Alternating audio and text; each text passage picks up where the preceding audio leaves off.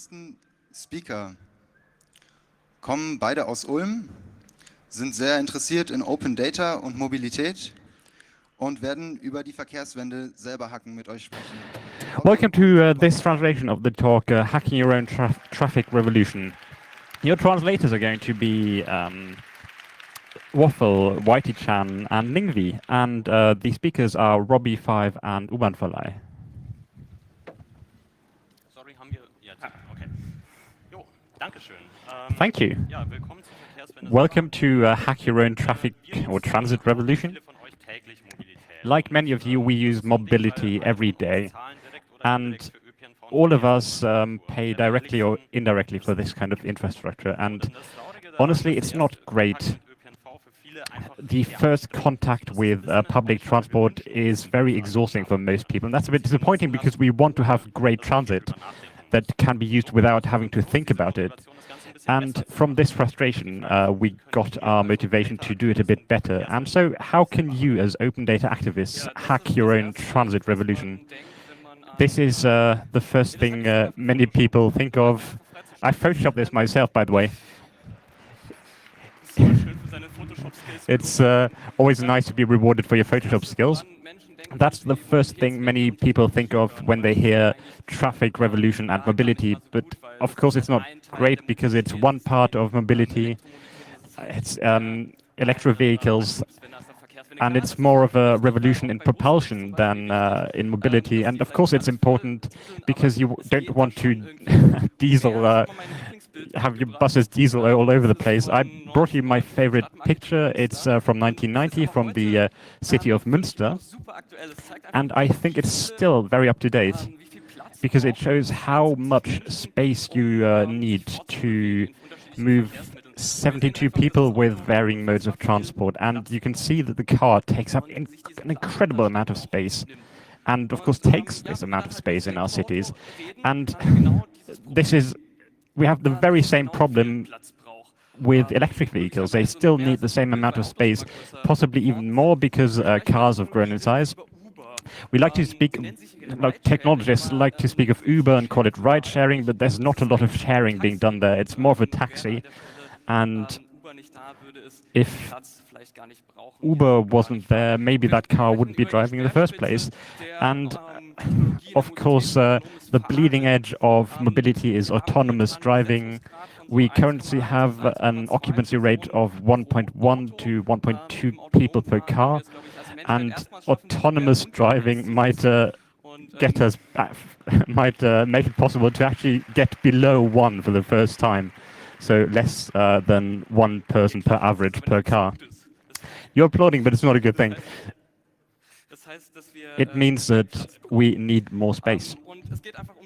And of course, this lack of balance in our cities is a problem in our cities.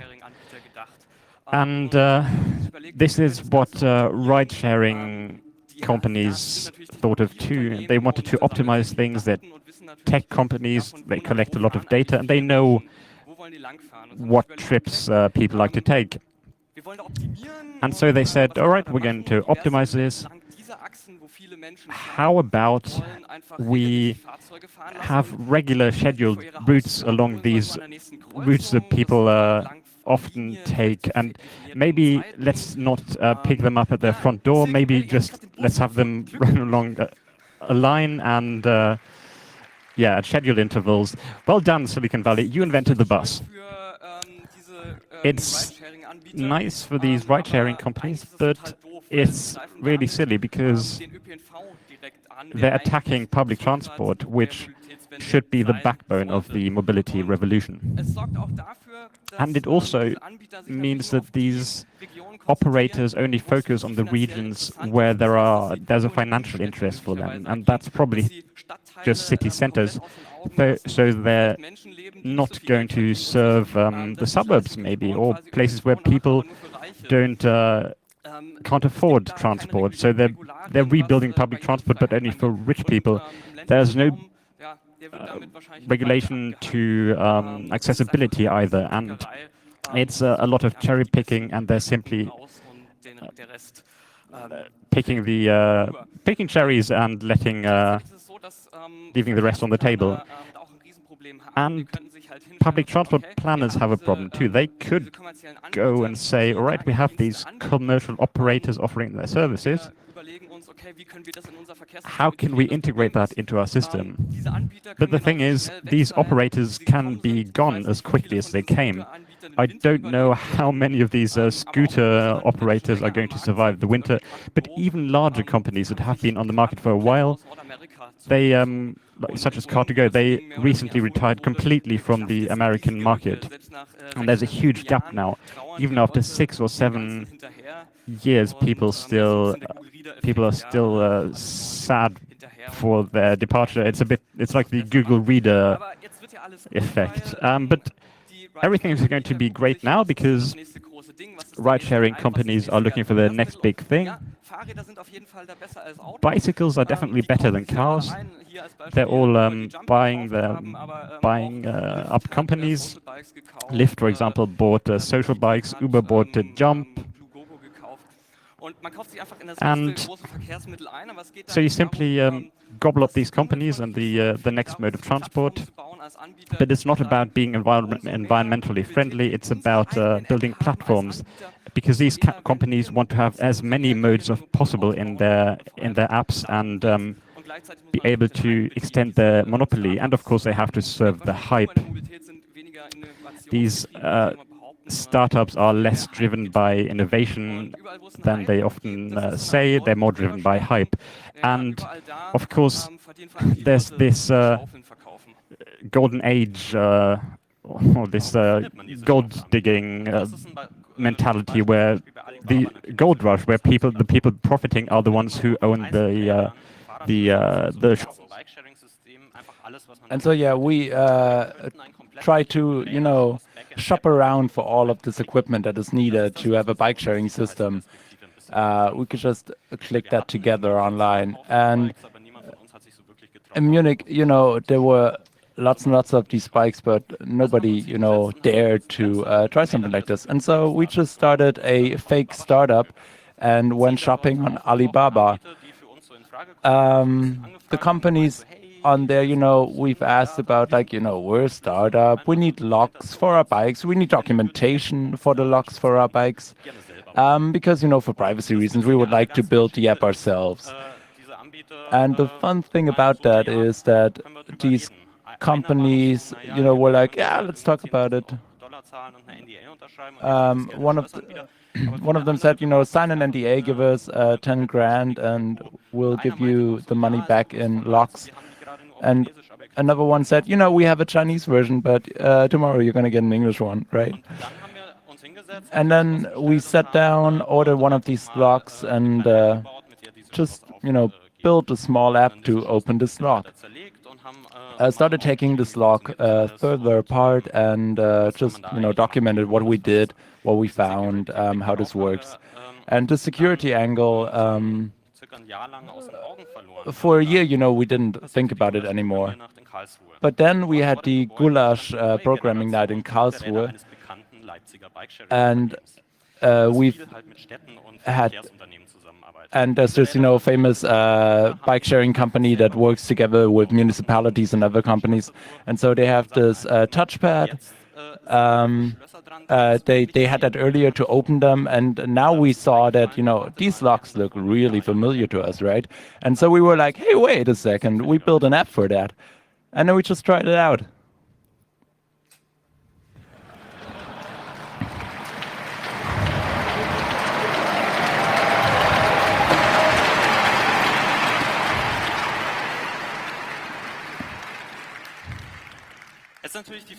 So the question is, what the heck, why did these locks open? Because all of this communication between the locks and the app, it's pretty okay. It's transport encrypted, and there's a unique unlock key, just like with classical mechanical locks.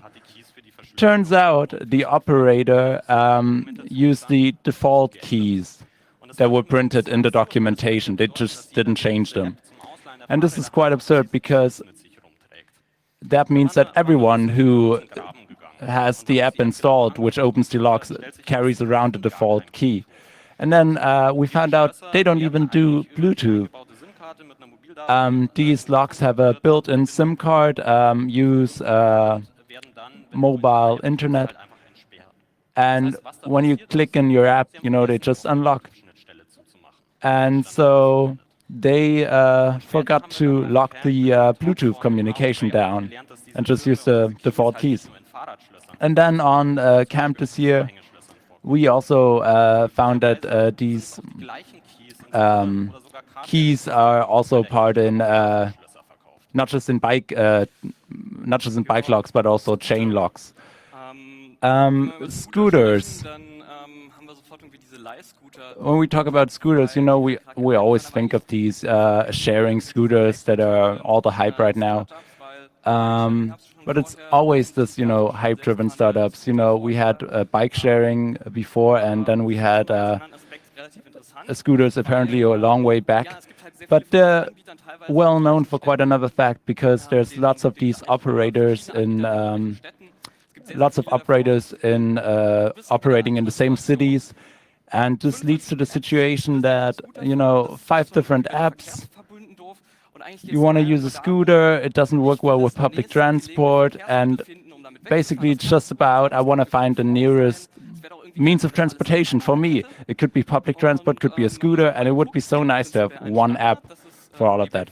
And of course, there's a standard for that called GBFS, which is intended to, give out position data of vehicles, of transportation vehicles, and make them public. But none of these scooter operators actually use this standard. So again, it's like building a platform, building a monopoly, and nobody else can access it. But again, it's apps, and they have to have data somewhere in the background, and there have to be APIs. And then we started documenting these APIs. We did that for bike sharing, but for the scooter sharing, there were lots and lots of APIs. And so we just concentrated on where are the scooters right now on the location data. And yeah, so we went through all these operators, and then we thought, wait, we know this API, don't we? We've seen that before. And they do something so differently. They have different investors, but they all use the same API. And so it turns out it was all bought. And this is a famous German song from the 90s.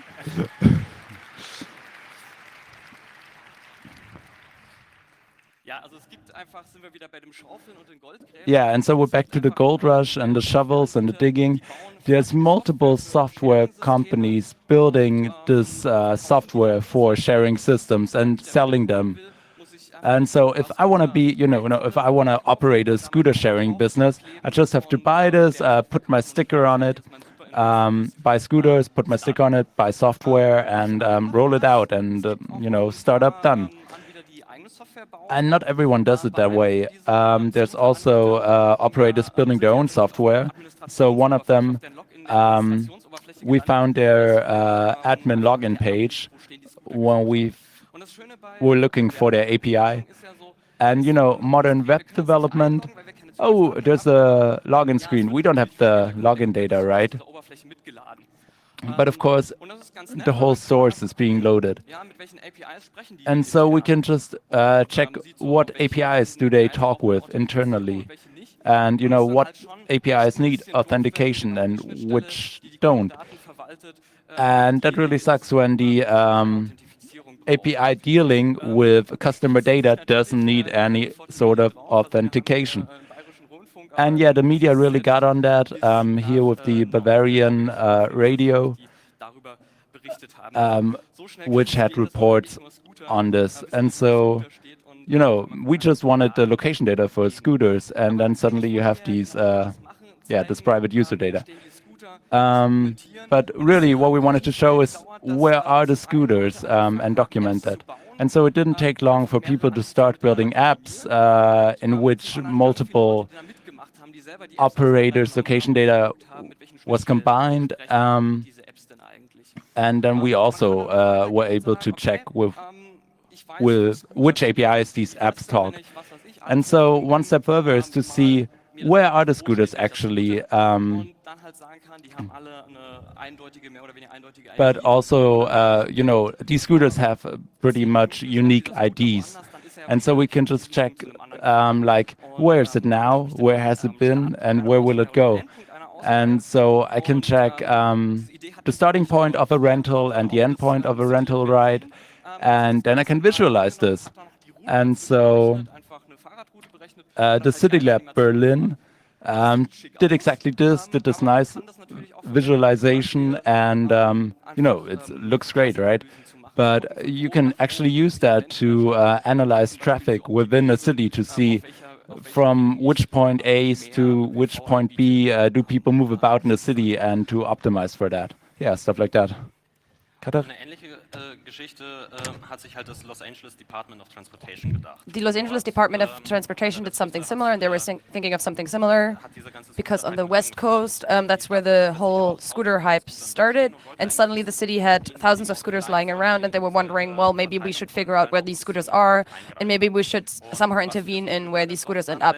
And one thing that is somewhat uncommon for a government institution is that they came up with a technical standard, the mobility data specification, which describes that, which basically says that providers need to register every single vehicle, but also need to report once a scooter has to be repaired and is being removed from the city streets. They also provide data about the rentals and where people go, which really helps do traffic planning. Basically, what we're just talking about, where do people go, which areas do they not use, maybe because there's a new bike lane that's just bad. But on the other hand, it's not just about data from providers, but the city itself also provides data and traffic data. There are several, for example, with regards to areas where people really like parking their scooters, but also areas and times where you maybe don't want to park scooters because there's going to be a marathon the next day. So LA also passed an ordinance that specifies that once a scooter provider wants to offer their services in LA, then they have to fulfill the specification. And this standard was developed completely openly on GitHub, and that doesn't mean that it was just put on there and is now kind of just getting moldy there, but it's continuously being updated by the city of LA, but also by other cities and by providers and volunteers. So they didn't just write the standard that they published, but they also put the entirety of the software online that they use for regulation and this user implementation. All of that is available on GitHub. All of that is also open source and is now also being implemented and further developed by other cities. So we were wondering, okay, so that's also, all of that is actually pretty cool. So cities are regulating scooters without classically sending people onto the streets with paper that tell the scooters that they're parked in the wrong place. So how can we port this to somewhere else? Because it's good and there's ready-made software for this. And so we did some research and we realized that except for us, nobody in the German-speaking world seems to have discovered this. So we wrote a few blog posts where we explained this, and we also created a kind of sign and explanation on a piece of paper, which you can really hand to people who work in city administration because they really like things printed on paper.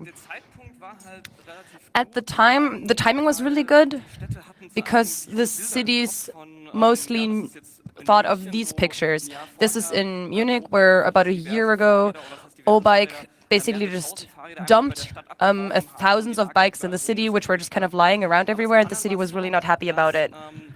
But in addition to that, scooters weren't legal in Germany yet at the time, but it was kind of becoming obvious, but this legalization was probably going to happen at some time reasonably soon. In addition to that, all scooter providers had announced, or many scooter providers had announced that they wanted to become active in the German market. So the cities were scared and really had a strong interest in some kind of regulation. And we were, well, that's kind of stupid because we don't actually know which cities we should talk to. And we just wrote some kind of blog post. Nobody's going to read that. So we started researching where do these providers want to go. And so Maxi had this amazing idea. Well, they all want to go to all these different cities. And of course, they want employees in these cities. And so they have job postings. And so we just crawled all these job postings to look at which providers wanted to go to which cities. So we created this map, with this beautiful map, which tells you which city has how many providers who want to go there. You can see which state they want to go into. Every German federal state has at least one, except for Saarland. Well, and then we got these cities and sent them emails, which was something like, hello, do you know, are you aware of this whole scooter thing that's coming your way? Do you have a plan for regulating it? Have you heard of the mobility data specification? Well, maybe you haven't, but we've prepared a blog post. You should read it. We also got a lot of feedback about it.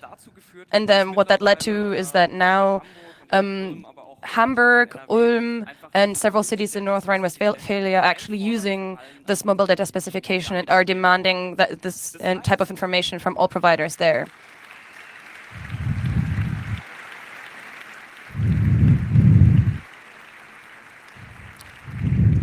So that means what we realized, if you recognize a topic in time and you look at which technical specifications or solutions exist, come up with something that might make sense, and then we give that to the municipalities and talk to them constructively, then you can just make policy and implement your own solutions. And yeah, it worked incredibly well. And maybe there are other topics that you were interested where you realized in time that something interesting might happen. Well, it might make sense to just go up to people and talk to them. Another thing that's also really nice about the mobility data specification is that the providers are not just providing the location of the scooters to the municipality, but that they also have to be provided in this GPFS format, and that it's specifically provided as open data. And open data is exactly the right thing for this, because it means that this data is available for anyone without registration, at no cost, at a free license. And that's exactly what you need if you want to integrate the location of scooters into your own apps or analyses. And funnily, that's exactly what LAM wanted to do with the mobile data specification, which was to essentially break up these platforms and providers a bit and make mobility easier for everyone. The absurd thing about the whole thing is that now we are demanding open data from private providers, but with regards to public transport, which are being paid for and operated by the government, this whole open data thing doesn't really look super well, because things such as stops, like locations or schedules would be incredibly important from these providers, but we don't even have those in many cases. So we came up with 3 examples. The first is DigiTransit. You can use that to use the data to basically provide an information provision platform. DigiTransit is an open source routing stack that was developed in Helsinki in Finland, and that we could just implement for ourselves. And the beautiful thing is that it's not just about like a nice way of providing public transport data, but because once you start getting GPFS, you can also implement and integrate bikes, car sharing, scooters. So what it basically does is that it tries to integrate as many different ways of mobility and portray as many of them, visualize as many of them as possible at the same time. Another thing that goes a bit further is the decentralized car sharing, the decentralized ride sharing, Mitfahrdezentrale in German, where you basically can do mobility for other people, because it essentially understands these different types of mobility as extensions of public transport. So there's these different ride-sharing platforms, and all of them are turned in. You essentially scrape recurring routes from these ride-sharing platforms, and then you can put those into DigiTransit to enable people to figure out how they can get from a place that maybe doesn't have a bus, and how they can get from there to somewhere that actually has a public transport stop or transport location. Another nice project is one that was shown to me on the Bahn hackathon a few weeks ago. It was called Missing Buses, and it was about using public transport data and demographic data to find out in which areas where people live is there a lack of public transport, but where one bus route would be enough to connect these buses to the network at large and make people less dependent on their cars. We have more than 100 public transport authorities in Germany, and only very few of them open up their data. And we are often asked, what can I do to get this data? And we notice that it's not very efficient to ask these authorities themselves, because all they do is they drive buses. They exist to drive trams and buses, and that's what they give money for. What they get money for.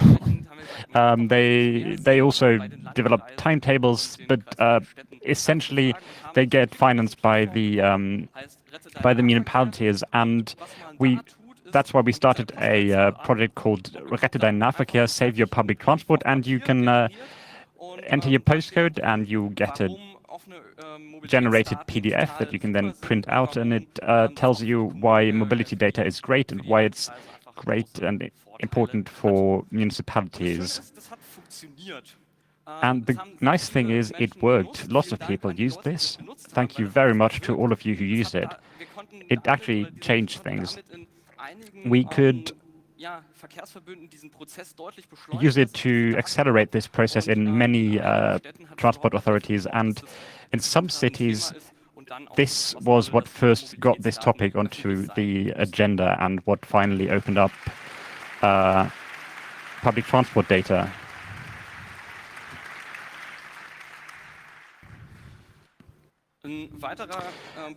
Another player in mobility is Deutsche Bahn, the German railway company. They have an open data portal.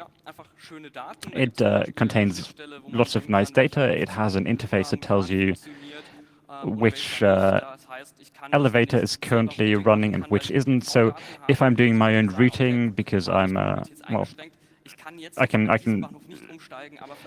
can see, okay, I have reduced mobility, so I'm not going to use this station because the elevator's not working, but I can use this alternative station, and so I can adapt my route. But the thing that they don't have is what everybody wants. It's timetable data, and there's a lot of work still to be done. Feel free to annoy Deutsche Bahn a bit more to tell them that they should publish that data. And we have car sharing companies. Some of them say, yeah, well, data.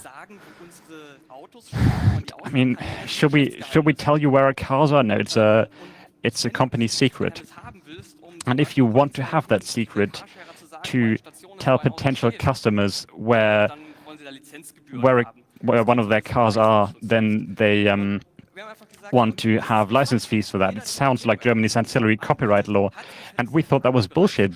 Everybody who offers mobility solutions should open up their data if they're using the public space for that. And it's not even very extraordinary. This is law in Finland, for example. And that's why we're saying, as long as this is not law in Germany, people who don't want to play along are going to find their data published on transitbay.org. It's a platform where scraped data can be uploaded, and it's not even that illegal. There's no copyright for factual data. It is fact that there is a bus running a certain route at 18:30 in the evening. I doubt that this reaches the threshold of originality, and neither is it. Is there copyright on the fact that there's a scooter in a certain place? And of course, this does not guarantee that the startups from Silicon Valley are going to come along and platformize mobility. And so what's the alternative to this? Can we maybe build our own mobility? And building our own sounded interesting. So we had a look. Driving our own trams sounded fun, but it's very expensive. So we got back to the original idea, and that was bike sharing in places where there isn't any bike sharing yet. So we looked for a cheap mode of transport and considered options of doing that. And a great thing happened last year, or this year. It was Camp, and it allowed us to experiment. And we asked people to bring along bikes that they might have sitting in their basement and bring it to camp, and we'd build a backend and web app and some combination locks for the bikes. And so we sat down and built a bit of hardware as well and printed it, and it allowed us to plot the location of bikes on a map. And so camp happened, and this call for bikes worked. We had more bikes than we had trackers, and people showed up,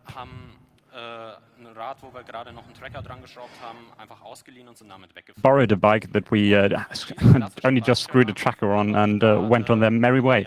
And as all bike sharing companies do, we lost all our bikes the first night because we didn't have any monitoring for the trackers. You learn a lot when you do this kind of thing. And thanks a lot to everyone who gave us a bike and to those who built the software at camp.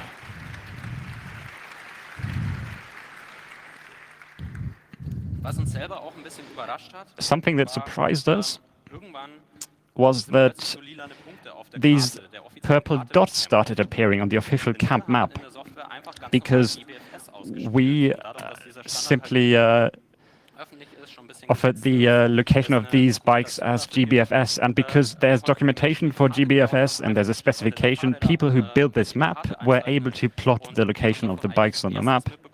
And we only started noticing this when the server load started increasing a bit. And of course, we didn't only want to build this for camp. Our motivation was to have bike sharing in our city.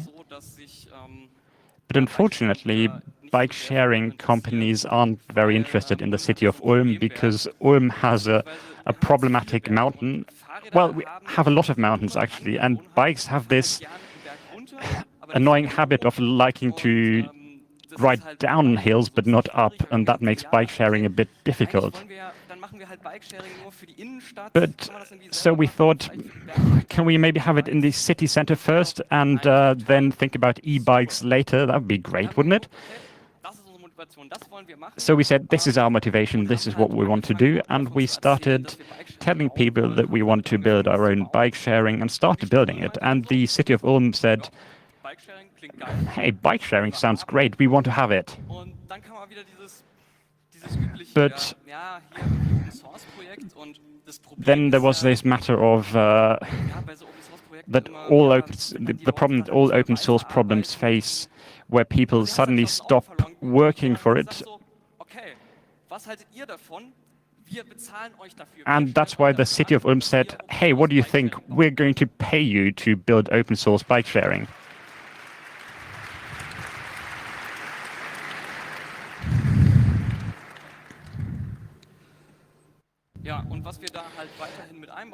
And we're building open data by default into this. Of course, this system is going to retain this open API. So everybody who sets up one of these instances is going to have open data by default, and it's very difficult actually to pull this out of it. And of course, the problem is going to remain open source. It's important. This project is being paid for by public money, and that's why the code has to be public as well and has to be open source.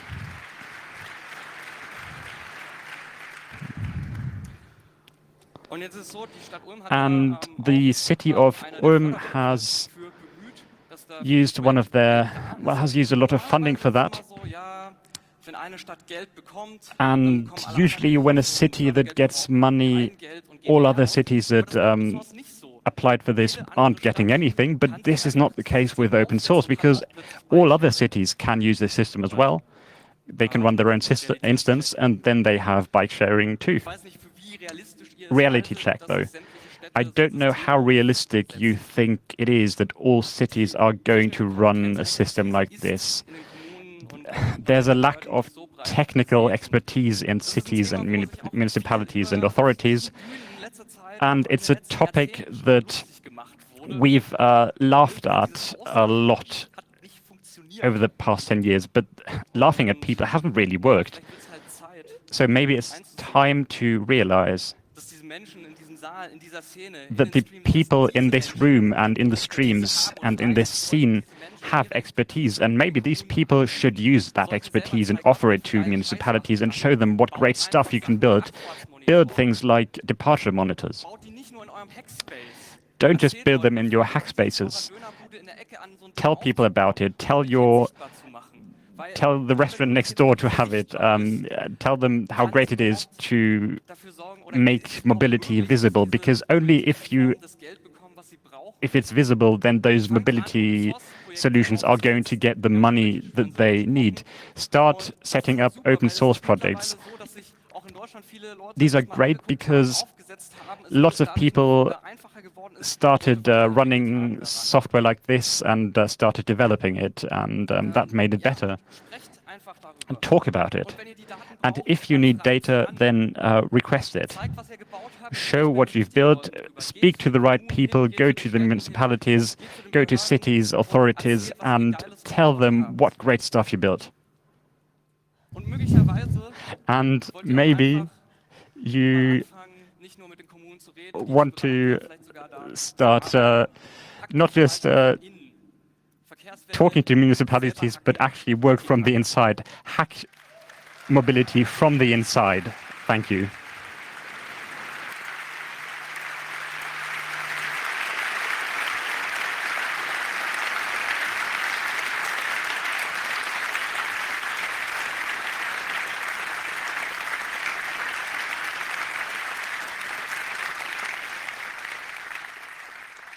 Vielen Dank für diesen großartigen Vortrag. Wir kommen jetzt zur Frage. Thanks a lot for this amazing talk. So we'll now get to Q&A. If you have any questions, just come to the mics here and just line up there.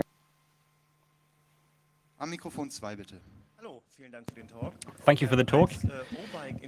When O-Bike started in Berlin, they said that company secrets definitely include the usage of mobility data, but this doesn't really fit with your open data approach, does it?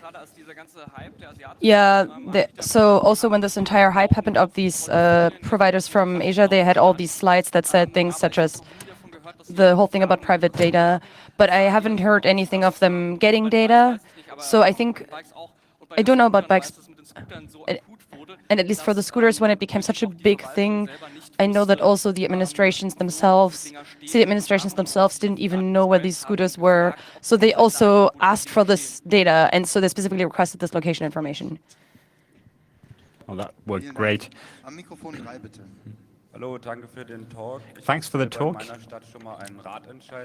I started a petition in my city, and there's a lot more of those happening. Did you network in that scene? Is there anything they can learn from you or you can learn from them? Well, we actually, in Ulm, we are actually talking to the ADFC, which is a biking club, which did something in that regard as well. In 2011, I think we already had a petition on the local political level as well, that they wanted to have 20% of all transport to be bikes by 2020. Guess what didn't happen? And we are definitely in touch with people there and are discussing how we might be able to push this further by cooperating. But yeah, come talk to us. Die nächste Frage am Mikrofon 5 bitte. Ja, auch vielen Dank für den Call. Thanks again for the talk. Meine Frage wäre so, erstens, plant ihr Are you planning langfristig auch in anderen Städten to extend this project to other cities long term? Because it's not brilliant if all cities are doing their own thing. And do you have any suggestion for generating money for this? Oh, I have a suggestion actually. If many university towns include bike sharing in their semester tickets, in their public transport tickets, and the universities are fairly, or the student associations are fairly unhappy with these commercial companies, and they'd be happy to invest money that's currently going to Nextbike into non-commercial bike sharing projects.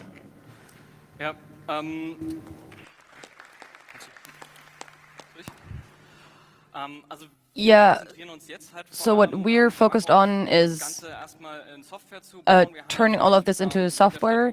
Obviously, we're working with the city of Ulm, and so now we have a prototype there that we can use to learn. And what we're really interested in is also making sure that administration is something that you can do yourself, because we don't want to put ourselves out there and say that we're providers of bike sharing, but we want it to be possible for people who are interested in it to be able to implement it. That can be a university, but that can also be a small tourism association or a hack space, that you can essentially do it yourself and try. And in addition to that, we also, this whole thing about every city doing their own thing, that's also kind of part of the idea that you're not supposed to register in 10 different systems, but what we hope is possible, that you can kind of have a system that is basically these systems can talk to each other, but we don't have the software for that yet. Die nächste Frage vom Mikrofon 2. I'm impressed with what you've been building in a very short amount of time. Respect for that. But there's one aspect that I would like to ask about. This using of public data usually also means that you should protect private data. And once this data is in the hands of a municipality, how long is it going to take until they get very interested in how they can use data of the position data for vehicles to, for example, prevent terrorism? And if all of this is within the same framework and maybe even across several operators, it's going to be even more difficult to prevent that. The funny thing about this is that LA was thinking of exactly the same thing. They published a pretty long white paper that also included the technical plans, which this was a part of, but they also doing other things. They very clearly have that on their radar, and so in the MDS it also says that what the data that providers submit cannot have any relation to customer. Customers cannot have any identifying information. Those things should not be linked, and that's also what I consider the solution here. That they're kind of going past the goal here, which is what's funny, because they're basically trying to come up with some kind of scare campaign. But the people who develop MDS, and you can also just participate in that, that's a GitHub repo, they have a mailing list, and their weekly calls or something like that. And so they're definitely thankful for input, or totally stand behind something like that as well. Another thing is that I don't know what the difference would be between this data being with a provider and being with the city, because if the police wants to have access to this data, then they can probably get it from the city and the police, then these private providers in similar ways. I don't know. But it's definitely a topic and it's definitely a thing. There were also already attempts, especially with regards to the rights. So when right data is being submitted to the relevant institutions, that maybe you could get rid, but that maybe you could make anonymization easier by cutting off a random bit in the beginning of the end of the route. I don't know how exactly and how well that anonymization works. Maybe you should have a look at a kind of data set to see whether this is an actual option. Die nächste Frage am Mikrofon 3, bitte. Brilliant hacks and a great talk. Thank you very much. I was missing one thing, though. It's the infrastructure of cities. You talked a lot about bicycles, but you can probably use that data to find out where people are riding their bikes and where you should build bike paths. I mean, those exist, but they don't tend to be very safe. Are you in touch with people who are trying to build cycle paths where they're needed? I mean, we also know the typical campaigns that are working on stuff like this, such as ADFC, which you are also probably aware of. But infrastructure obviously is a very important topic. Infrastructure is really bad in this country. We should really invest way more money into it. And that's, funnily, this is also something that you can point to somewhere else. And just as we have no bike infrastructure, we also have very little infrastructure on the municipal level to just host a project like this or just implement something like this. And that really needs a lot more political focus. And that's something that really makes this very, very obvious that there is a deficit here. This whole routing thing doesn't really help you, and this routing data doesn't help you if the only piece of information you get is that the only bus you could take leaves at 7:30 a.m. We need to focus on this much more to not only see the problems, but feel the pain and then hopefully do something about it. And maybe in addition to that, also go and say we're not doing something like save your public transport, but a campaign such as like save your bike lane, and start implementing campaigns like that. Die nächste Frage von Mikrofon 6, bitte.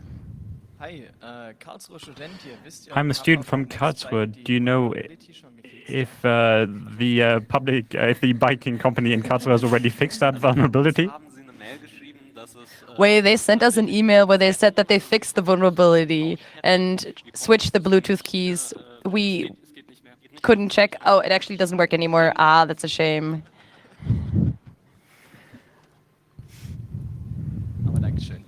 But thanks. Die nächste Frage beim Mikrofon 2, bitte. I'd like to pick up where you ended your talk, and you said that people should go into public administration and into politics, and I think it's important that we don't just use congresses like these to build things and then only reach our peer groups. We should actually get society into the digital age. And it feels to me that these municipalities are often approached by companies that want to sell them pseudo solutions that are then taken up by politics. But we're the people who have this kind of competency, and we should take it to where it's desperately needed. Thank you very much. Am Mikrofon 3, bitte. Thanks a lot for the talk. Maybe you'd like to say one or two sentences about the open bike sharing that you're building. You said you're mainly hacking away at the software, but what about the hardware? Do you have any bikes in Ulm that are refurbished or maybe bought new? What are the plans, and how realistic is it that you can tell your municipality, hey, here's a system, all you need is bikes and off we go? We were extremely lucky because we actually found some money in the city that we could use, that we were able to use to buy 20 bikes. So we just provided this very basic infrastructure that you can play around with. Locks, we're really starting from a very basic starting point, such as what you know from camp this summer, with the basic number lock is what we're using right now, but we're also looking into other options and maybe putting some other things together, possibly building a prototype, how you could maybe implement and realize something like this. To also implement this on a hardware level, because it doesn't really help if we just buy them from somewhere else. And that's also something, all of that is already on this GitHub repo. And what we've also written down in a lot of detail where we kind of started from and what we wanted to achieve with this open bike sharing. And by now, the GitHub repo also github.com/Radforschung also includes not just all the software data, but also an experimental software for the trackers for these bikes. And then soon there will hopefully also be locks. And then in addition to this, another appeal, if you're interested in this, come talk with us, talk to us. This is a really interesting thing. You can do this in a decentralized way, beautifully. If there's a hack space that wants to build some hardware or just wants to give us some hack space, some bikes that we can use where we can try some stuff, that makes it easier. And the more we can do together and the more people participate, the easier we can do this and try whether, for example, our roaming idea works as well. In addition to that, it might also be interesting if you also start implementing a similar system in different places, because obviously different cities are different in terms of application. So it would obviously be interesting for us to not just build it for the city that we know, which is Ulm, but also figure out how this would work in other places where there might be problems that we had maybe not even thought of. And in addition, with regards to hardware, we are also, we definitely want to try something there. Vielen Dank. Die nächste Frage am Mikrofon 2, bitte. I was wondering about use cases. There are these high-load bicycles. Do you know if they're being used anywhere? We've been contacted about this by several people already.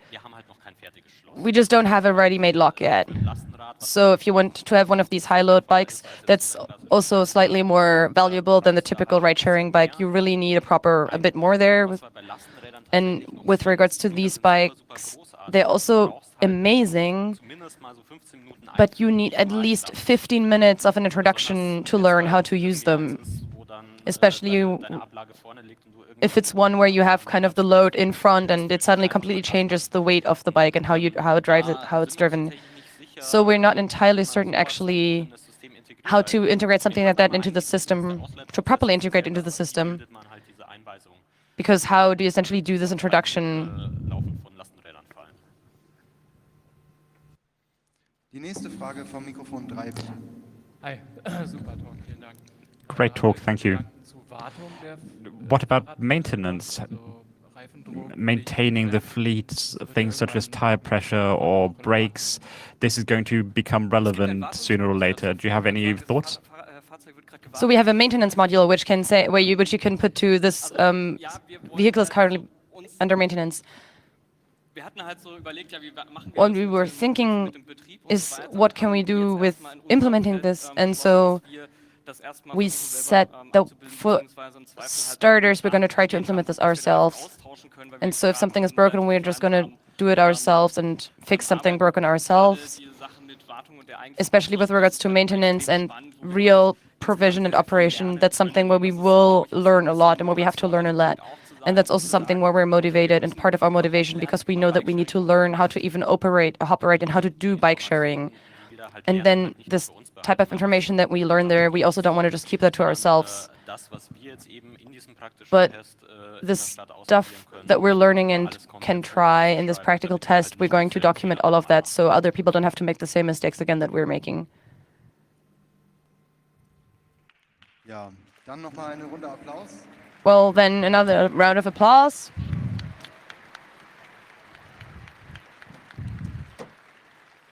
You were listening to the English translation for Hack Your Own Mobility Revolution.